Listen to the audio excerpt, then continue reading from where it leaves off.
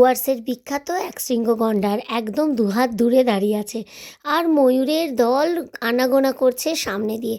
চলুন এবার চা বাগানটা দেখতে দেখতে আমরা ডুয়ার্সের আসল আর মেন পর্বে ঢুকি। ডুয়ার্সের আসল মানে জঙ্গল, অনেক পাহাড় দেখালাম, নদী দেখালাম, এবার দেখাই জঙ্গলে সেই আমাদের ছোট্ট কুটির।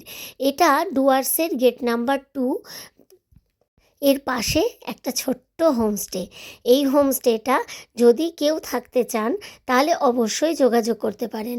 ছোট্ট একটা বাড়ি, ছিমছিমে বাড়ি জঙ্গলের মধ্যে, আর দরজাটা খুললেই ছোট্ট একটা খাট, 3 জনের জন্য যথেষ্ট, সাথে একটা সোফা কাম বেডও আছে, তার সাথে চেয়ার টেবিল তো আছেই।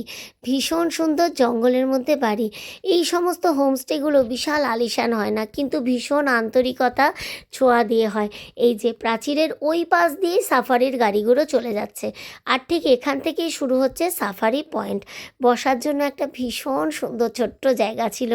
আর এই যে দেখুন, আমাদের হোমস্টের বাগানে দাঁড়িয়ে দাঁড়িয়ে আমরা হাতিগুলোকে দেখতে পাচ্ছি, মানে ওই হাতিগুলো সব সাফারির হাতি। আর দুপুরবেলা চলে এলো গরম গরম ঘরোয়া খাবার দাবার। আবারও বলি, এটা রেস্টুরেন্ট নয়, হোমস্টে, তাই খাবার দাবার একদম ঘরোয়াই পাবেন, তবে ভীষণ ভালো অভিজ্ঞতা থাকবে। আর রাতের বেলায় একটা থ্রিলার অনুভূতি আসবে, তার মানে গা ছমছমে নিঝুম চারিদিক, আর আর বাড়ির ব্যালকনিতে বসে চা পাকোড়া। আর ওই যে প্রাচীরটার ওই দিকটাই তো পুরো জঙ্গল, জলদাপাড়া জঙ্গল।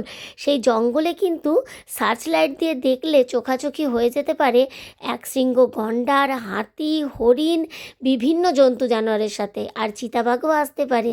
কেমন লাগলো অবশ্যই জানাবেন। এই ছোট্ট কুটিরটায় যদি থাকতে চান অবশ্যই আমাদের সাথে যোগাযোগ করুন।